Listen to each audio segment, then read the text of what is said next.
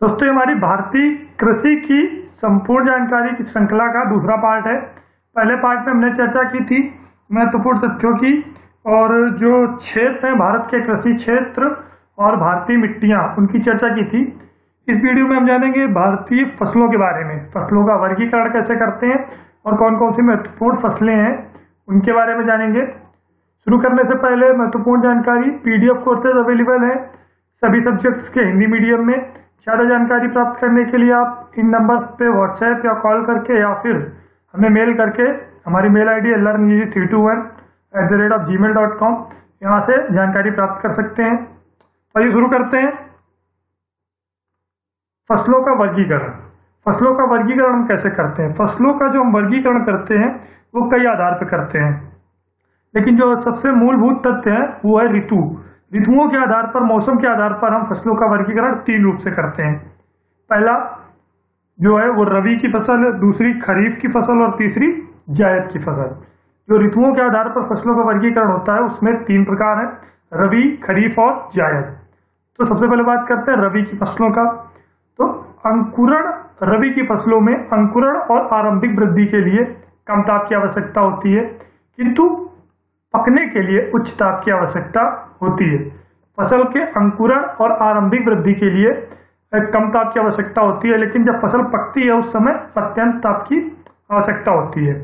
यही कारण है कि रबी के फसल की जो बुआई होती है वो अक्टूबर-नवंबर के आसपास की जाती है और कटाई मार्च-अप्रैल में की जाती है।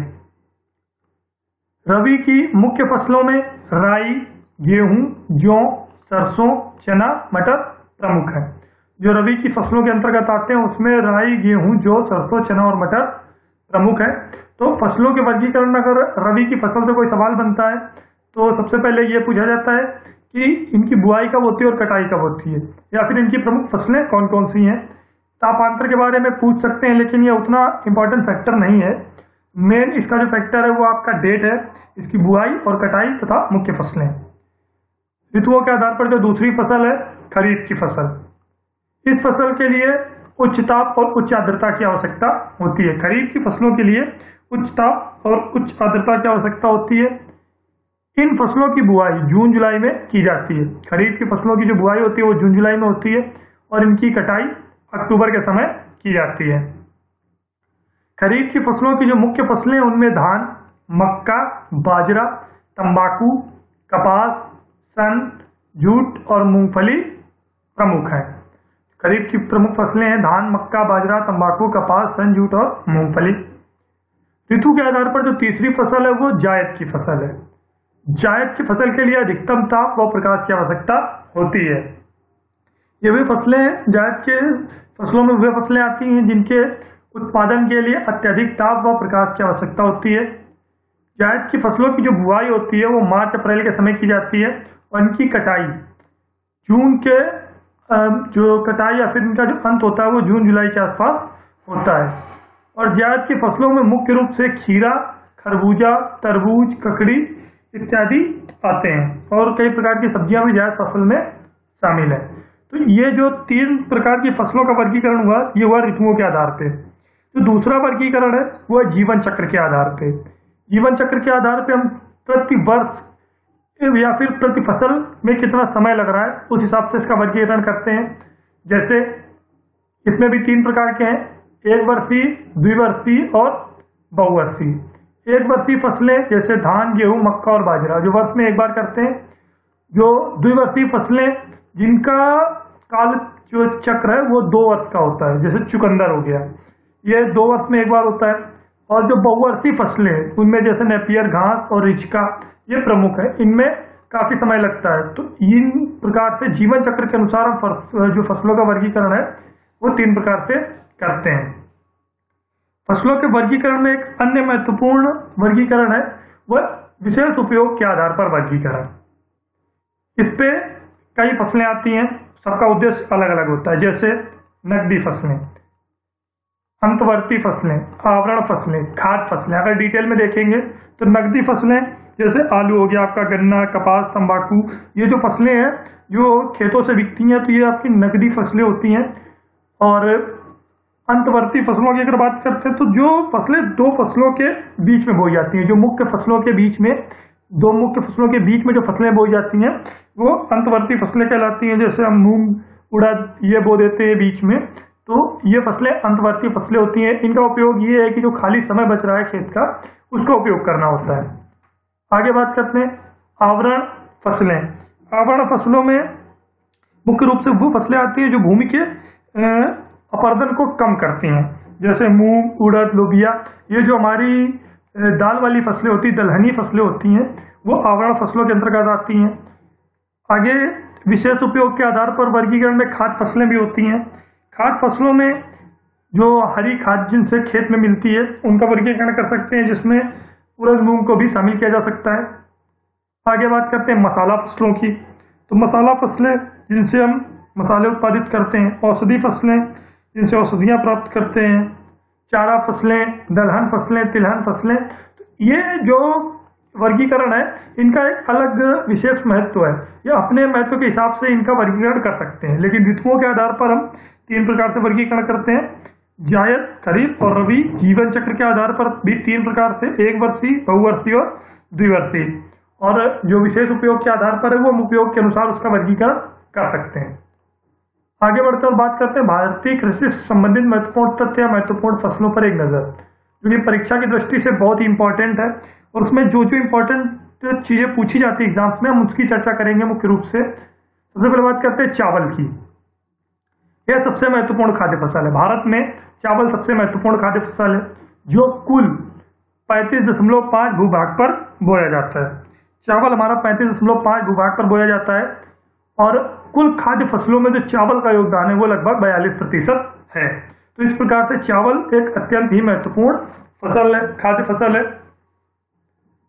चावल के उत्पादन में पश्चिम बंगाल का प्रथम स्थान है और दूसरे स्थान पर उत्तर प्रदेश है। जो चावल के उत्पादन में स्थान है वो सर्वप्रथम पश्चिम बंगाल का और दूसरा स्थान उत्तर प्रदेश का है। विश्व स्तर पर चावल के उत्पादन में भारत का जो स्थान है वो चीन के बाद दूसरा है। सर्वाधिक उत्पादन चावल का चीन में होता है, उसके बाद भारत में होता है। तो इस प्रकार हम यहाँ से क्वेश्चन को छांट सकते हैं। सबसे पहला कि कितने प्रतिशत योगदान है चावल का खाद्य फसलों में। दूसरा, जो मेन क्वेश्चन पूछे जाते हैं फसलों से रिलेटेड, उसमें यह आता है कि उत्पादन में भारत में कौन सा स्थान है। दूसरा, विश्व स्तर पर उसके उत्पादन में कौन सा स्थान है। जैसे चावल की बात करते हैं तो चावल का भारत में पश्चिम बंगाल का प्रथम स्थान है और विश्व स्तर पर दूसरा स्थान है। आगे बात करते हैं, छत्तीसगढ़ को धान का कटोरा कहा जाता है, क्योंकि चावल छत्तीसगढ़ में भी बहुतायत मात्रा में पैदा होता है। चावल उत्पादन के लिए 150 सेंटीमीटर या इससे अधिक वर्षा की आवश्यकता होती है। यह भी परीक्षा की दृष्टि से एक महत्वपूर्ण बिंदु है कि वर्षा कितने सेंटीमीटर आवश्यक है किसी फसल के लिए। ये पूछ सकते हैं एग्जाम्स में और ये काफी बार पूछा भी जाता है। तो ये 4-5 पॉइंट्स हैं जिनको याद करके जो फसल से रिलेटेड जितने भी क्वेश्चंस हैं उनको कंफर्म कर सकते हैं। मुख्य किस्मों की अगर बात करते हैं चावल की, तो उसमें पद्मा, रत्ना, कृष्णा, यमुना और जया प्रमुख है। आगे बात करते हैं गेहूं की। गेहूं यह दूसरी सबसे महत्वपूर्ण फसल है और कुल भूभाग के लगभग 24% पर इसकी बुआई की जाती है। जैसा चावल की अगर बात की तो 35.5 भूभाग के आसपास बुआई की जाती है और गेहूं की जो बुआई होती है वो 24% भाग के पर की जाती है। गेहूं उत्पादन में उत्तर प्रदेश का पहला स्थान है, लेकिन प्रति हेक्टेयर की अगर बात करते हैं तो पंजाब का पहला स्थान है और सर्वाधिक उत्पादन में उत्तर प्रदेश का, दूसरे स्थान पर पंजाब और तीसरे स्थान पर हरियाणा है। गेहूं उत्पादन में वृद्धि का जो मुख्य दौर आया वो हरित क्रांति के समय आरंभ हुआ। गेहूं के अच्छे उत्पादन के लिए जो वर्षा है वो 50 से 75 सेंटीमीटर आवश्यक है।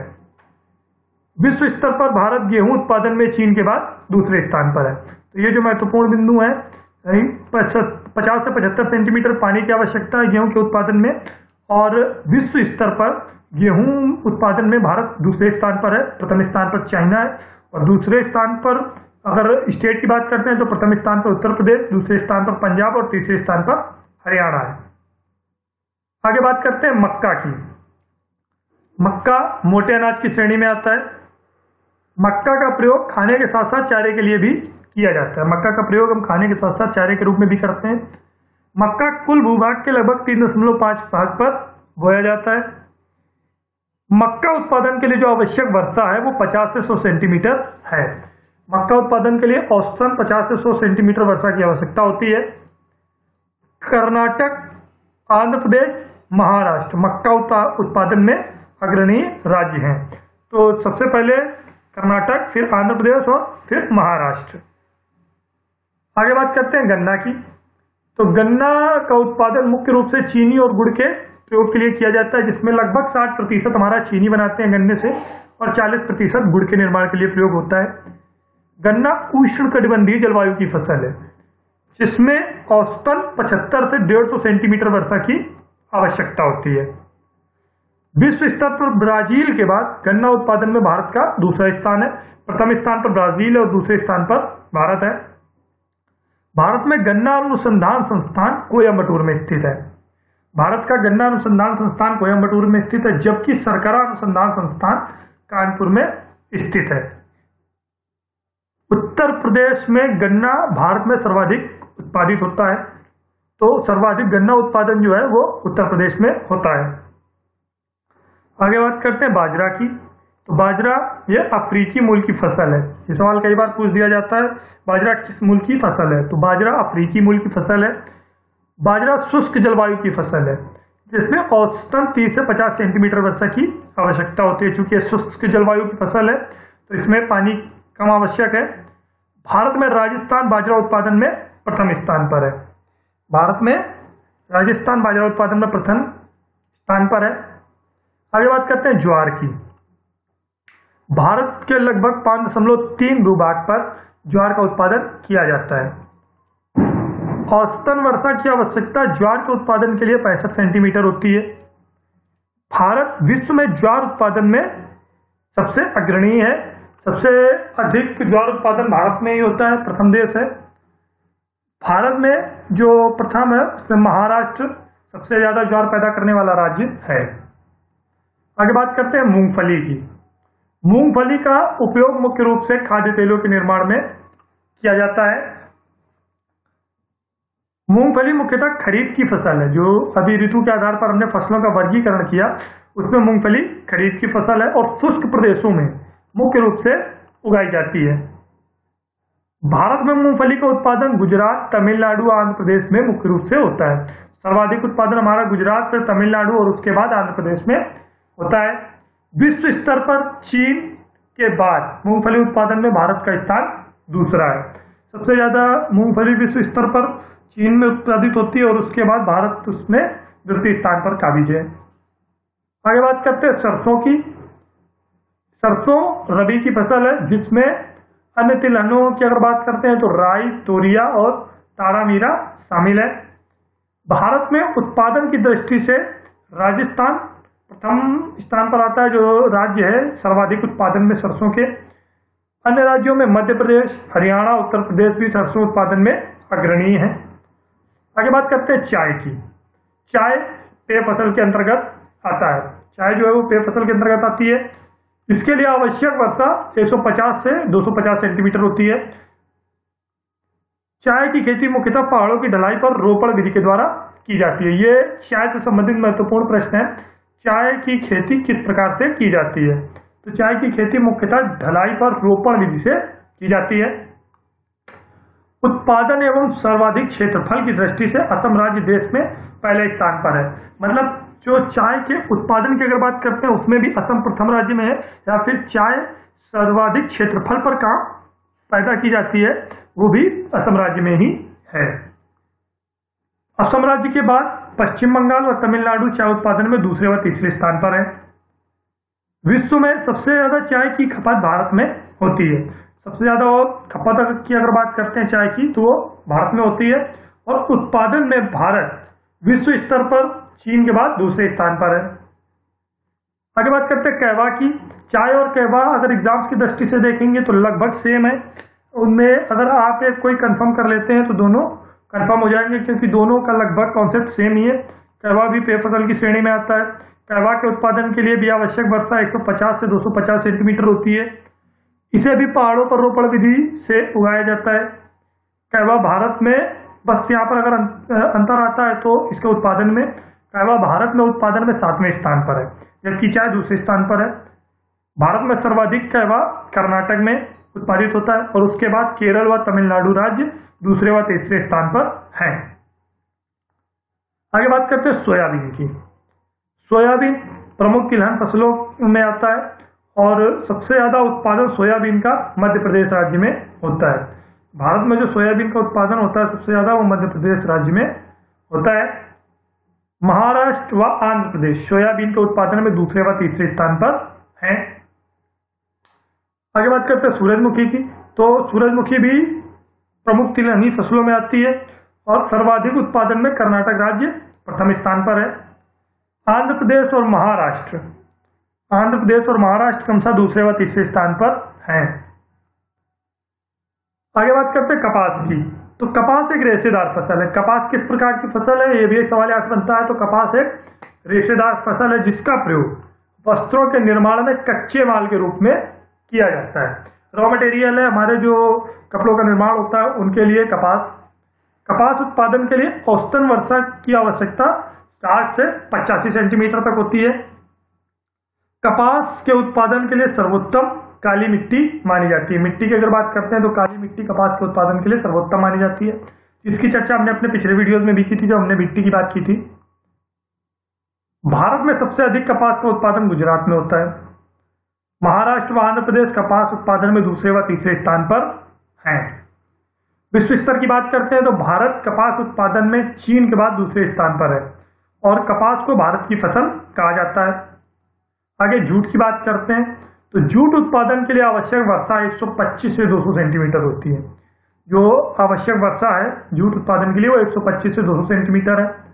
भारत में जूट का सबसे ज्यादा उत्पादन पश्चिम बंगाल राज्य में किया जाता है। जो पश्चिम बंगाल राज्य वो जूट उत्पादन में प्रथम है। विश्व स्तर पर जूट उत्पादन में भारत का पहला स्थान है। सबसे ज्यादा विश्व में जूट भारत में उत्पादित किया जाता है। आगे बात करते हैं तंबाकू की। तो तंबाकू जो कि पुर्तगालियों की देन है, इसकी चर्चा तो हमने अपने जो इतिहास के वीडियोस थे उनमें की थी। आधुनिक भारत के इतिहास की जब हमने शुरुआत की थी पुर्तगालियों की चर्चा की थी। तो तंबाकू की खेती भारत में पुर्तगालियों की देन है। तंबाकू के लिए जो आवश्यक वर्षा है वो 50 सेंटीमीटर है। भारत में सबसे महत्वपूर्ण तंबाकू उत्पादन जो सबसे महत्वपूर्ण राज्य है तंबाकू उत्पादन वो आंध्र प्रदेश है। सबसे ज्यादा आंध्र प्रदेश में तंबाकू का उत्पादन होता है। आगे बात करते हैं नारियल की। तो नारियल का सबसे अधिक उत्पादन भारत में केरल राज्य में होता है।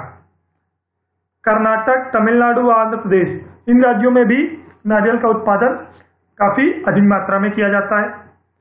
विश्व में भारत का स्थान नारियल उत्पादन में तीसरा है। पहले स्थान पर इंडोनेशिया व दूसरे स्थान पर फिलीपींस है। मसालों की बात करते हैं तो वर्तमान में मसालों का सबसे बड़ा उत्पादक जो राज्य है वो आंध्र प्रदेश है। वर्तमान में प्रेजेंट की बात करते हैं तो आंध्र प्रदेश सबसे ज्यादा उत्पादन करने वाला मसालों का राज्य है। भारत में विश्व में मसाले उत्पादन का पहला स्थान है और अगर खपत की बात करते हैं तो सर्वाधिक खपत भी भारत में ही होती है। मसालों की सबसे ज्यादा खपत भी भारत में ही की जाती है। तो फ्रेंड्स इस वीडियो में हमने चर्चा की महत्वपूर्ण कृषि से संबंधित फसलों से रिलेटेड टॉपिक्स की चर्चा हमने इस वीडियो में की और आने वाले वीडियोस में हम चर्चा करेंगे अन्य महत्वपूर्ण बिंदुओं की जो भारतीय कृषि से संबंधित होंगे। और रेगुलर अपडेट्स पाने के लिए चैनल को जरूर सब्सक्राइब करें और फेसबुक पर हमसे जुड़ने के लिए आप लिंक इस वीडियो के डिस्क्रिप्शन में प्राप्त कर सकते हैं। और पीडीएफ कोर्सेज की जानकारी के लिए और वीडियोस ऑफलाइन मोड में प्राप्त करने के लिए लिंक आप इस वीडियो के डिस्क्रिप्शन में जाकर प्राप्त कर सकते हैं और वहां से आप व्हाट्सएप नंबर भी प्राप्त कर सकते हैं। इस वीडियो को देखने के लिए धन्यवाद।